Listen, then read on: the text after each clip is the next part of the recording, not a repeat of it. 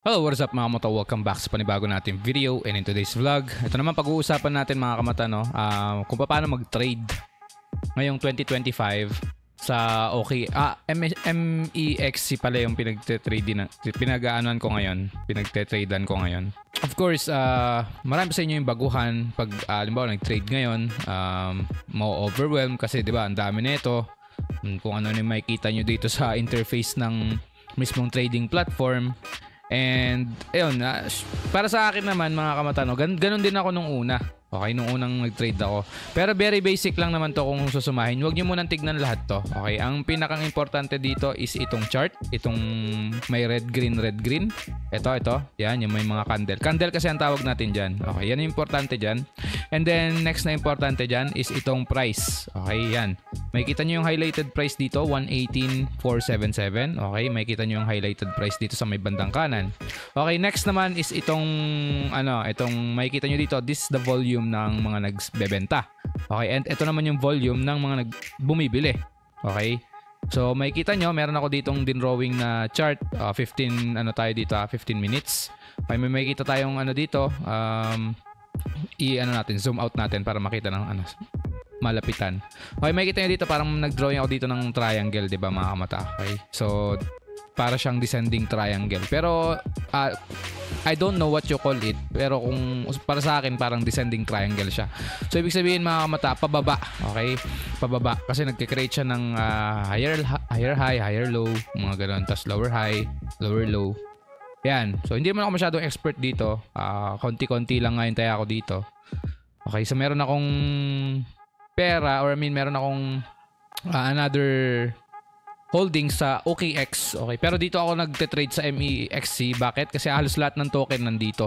Okay, katulad ng RON, pwede kang dito, mag-futures sa RON. Okay, futures trading. Pero sa OKX walang futures trading doon, ang RON. Okay, so dito lang sa MEXC. Tsaka yung mga halos bagong labas na token mga kamata, no?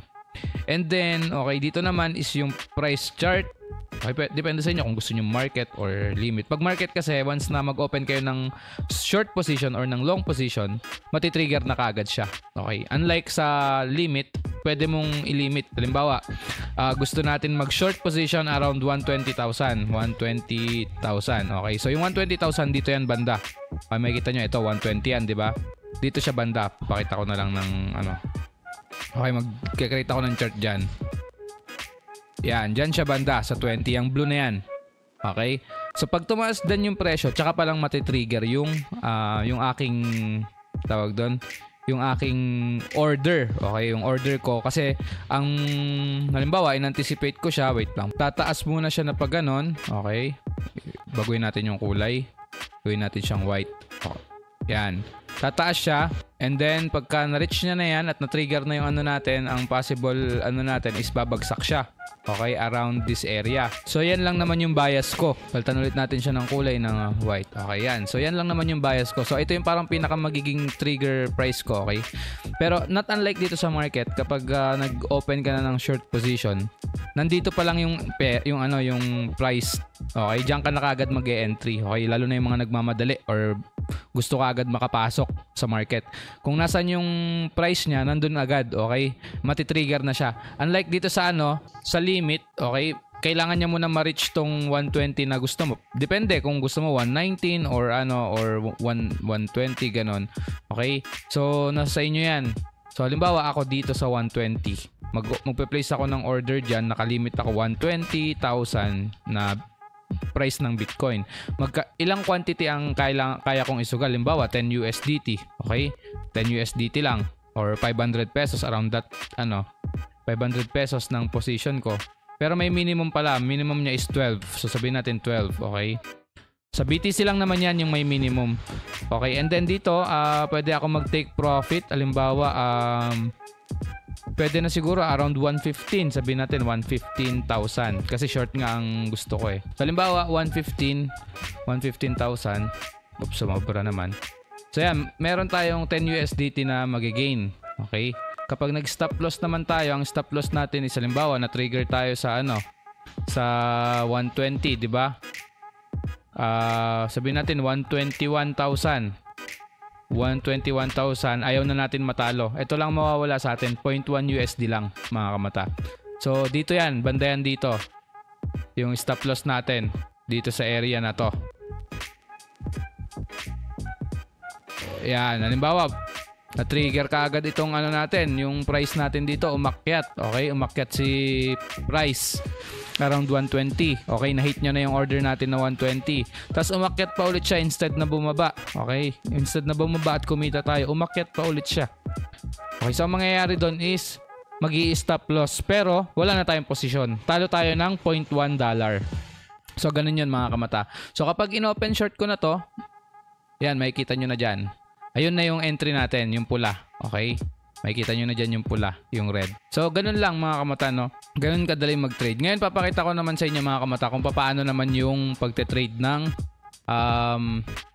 yung sa market. Okay, sa market naman. Kasi ito, hindi pa siya matitrigger eh. Wala ka pang mapapanalunan dyan. Wala ka pang kikitain dyan. Kasi bakit? Hintayin pa natin matrigger kasi yung 120,000. Hintayin pa natin na dumating dun yung price bago siya bumagsak. Okay? So, not unlike dun sa market, gagalaw na kaagad siya. Wait, ano muna natin to? I-cancel na natin. Cancel all order. Confirm. Okay, nakikita nyo ba? Okay, ito yung open long, open short. Okay. Tapos, market. Tayo sa market. Ito, market. Ilang USDT? 12 kasi yun lang ang minimum. Huwag tayo mag-cross. I-isolate natin. Mag-isolate tayo ng 10. Tapos, times 10 lang din yung risk. Confirm. Mag-isolate tayo ng $12 lang mga kamata. Okay? So, hayaan na natin yan. Kahit matalo na yan, okay lang yan. Pwede yatang 10 dito sa ano eh. Hindi, 12 pa rin pala. 12. Okay, 12. Tapos, ating... Okay, wala ng MTL. Pwede rin mag-long TP. Pwede mag-short TP. Trigger. Open tayo ng long position. Okay, long position. Open long. Okay. Yan, sa market mga kamata, no? Okay na kaagad. May position ka na kaagad. Ayan, no? Unrealized PNL natin is, ano na kaagad? 0.0026 USDT. Okay? Punta tayo sa mas mabilisan. Ito. Okay, dyan na tayo naka-entry mga kamata. Isolated yan, times 10 lang. Okay? Naka-isolate lang tayo ng times 10. Tapos, yeah, makikita nyo na 0.0026, ganon. Pwedeng tumaas yan. Okay? So, ngayon, pag kinlose ko to, mas mataas pa yung magiging fee. May fee kasi to mga kamata. Ewan ko, around point something dollar, ganon. So, anyways, yun, ganun lang kadalay mag-trade. Kapag ka tumaas yung yung presyo, kikita ka. Okay, depende yan sa margin nyo. Yung margin mga kamata kung magkano yung itinatalpak nyo. Halimbawa, meron akong 500 USD dito na na pangtalpak ko, tapos ang inilagay ko kalahati or 50%. Okay, yan. 50% yan. O kaya type natin 200. O yan. 200 USDT ang itataya natin dito, itatalpak natin. And then, kada galaw ni market, kung halimbawa, pabor sa tinayaan mo, okay, yun, dun, tataas yung kita mo. Pero, kapag bumagsak naman si market, malaki din yung kinakain niya. Okay? Malaki din. Bakit? Kasi nga, malaki yung margin mo. Okay? Not unlike this sa 10 USDT lang, 10 USD lang tinalpak natin or 12. Diba? So, pwede natin cancel to mga kamata. Kasi, ano lang naman to for tutorial purposes lang. Okay? Pwede ko na siyang i-fast close. Kasi hindi tayo nakapag-position ng maganda-ganda dito. Well, naghahanap pa lang tayo. Okay, naghahanap pa lang tayo ng magandang entry. Next time yun naman ang ituturo ko sa inyo mga kamata about support and resistance or magandang entry mga kamata, no? Ayun nga, tulad ng sabi ko mga kamata, no, hindi pa ako ganun kagaling or ka-expert. Basic pa lang yung natututunan ko pero profitable naman kahit papaano. Kahit papaano naman ay meron naman tayong kinikita dito na maliliit. Okay, maliliit na kitaan lang naman mga kamata. Okay, so huwag kayong mag-expect ng masyadong malaki kaagad kasi dun kayo matatalo. Okay, next time pag-usapan natin about emotion, about anything else na pwede natin pag-usapan. You can comment down below mga kamata para malaman ko din kung ano yung gusto nyong mga questions or kung ano yung gusto nyong matutunan. And pag-usapan natin yan dito sa channel natin. Bago mag-close na mga kamata, gusto ko i-share sa inyo mga kamata na pwede kayong gumamit ng demo account dito sa MEXC, okay? Sa pinagte-tradean natin. Kasi halos lahat ng token pwede mong dito i-trade. Pwede rin sa Bybit or sa OKX. Lalagay ko na lang yung link dyan sa description sa baba para makapag-trade kayo ng sarili nyo, okay? Para kumita kayo. Pwede kayong kumita dito ng malaki, pwede rin kumita ng maliit. Depende kung gaano nga kalaki yung margin na itatalpak nyo mga kamata, no? Pero wag nyo isipin na sugal to dahil ito ay merong chart basis mga kamata. Pwede kayong mag-base sa sa volume, RSI, mga pag-uusapan natin yan sa mga susunod nating video. And hindi siya basta-bastang taya. Okay? Pero kung halimbawa nakachamba kayo ng malaki-laki, okay? Maganda, 'di ba?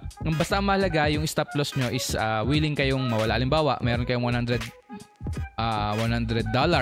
Okay, ang itataya nyo doon lahat, halimbawa, tapos ang willing kayong matalo doon is $20 lang. So mag-stop loss kayo around doon sa may $20 lang. Para kapag na-hit yung stop loss, okay lang, $20 lang yung matatalo. Pero pag umangat naman yung price at possible maging 1,000 USDT yung $100 nyo. Pero this is not to hype you mga mata. It's possible. Okay, it's possible. Pero once again, it's not trading advice or any financial advice. This only to teach you how to trade kung gusto nyo matuto as a beginner dito sa MEXC platform. And once again, if you have any questions, you can comment down below. And thank you so much and have a good day. Kamata out. Peace.